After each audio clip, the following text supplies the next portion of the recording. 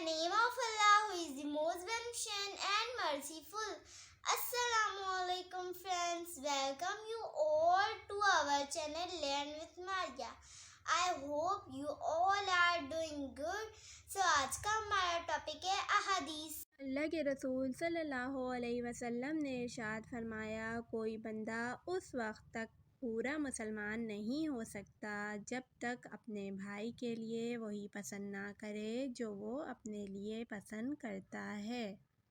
इस हदीस में माशरती अमन व सकून कायम करने का एक बेहतरीन तरीका बताया गया है कि हर इंसान अपने मुसलमान भाइयों के लिए वही पसंद करे जो वो अपने लिए पसंद करता है। यानी अगर वो चाहता है कि उसकी इज़्ज़त की जाए तो दूसरों की इज़्ज़त करे, अगर वो चाहता है कि उसे कोई नुकसान ना पहुंचाए तो वो दूसरों को नुकसान ना पहुंचाए, अगर वो चाहता है कि उसके अमन व अमान को कोई तहबाला ना करे तो वो दूसरों के अमन व अमान का भी ख्याल रखे। इस हदीस में अपने मुसलमान भाई और हमसाए के लिए वही चीज़ पसंद करने को ज़रूरी करार दिया गया है जो आदमी ख़ुद अपने लिए पसंद करता हो।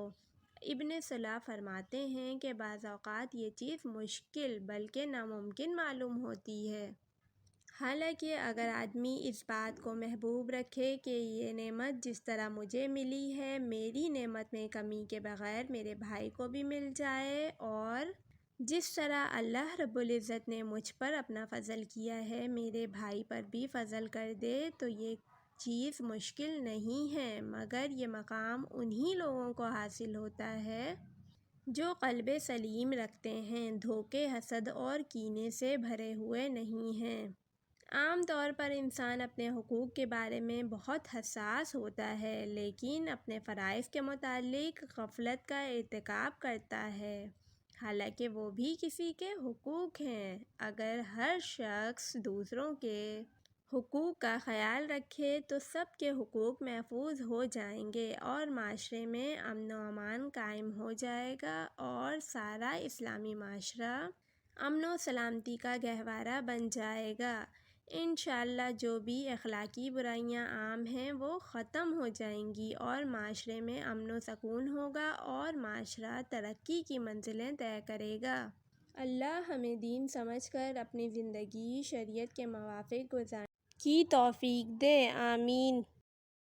अगर आपको हमारी वीडियो अच्छी लगी तो लाइक कीजिए, चैनल पर नए हो तो सब्सक्राइब कीजिए, कमेंट करिए, अपने फ्रेंड्स के साथ शेयर कीजिए। मिलते हैं नई वीडियो के साथ, तब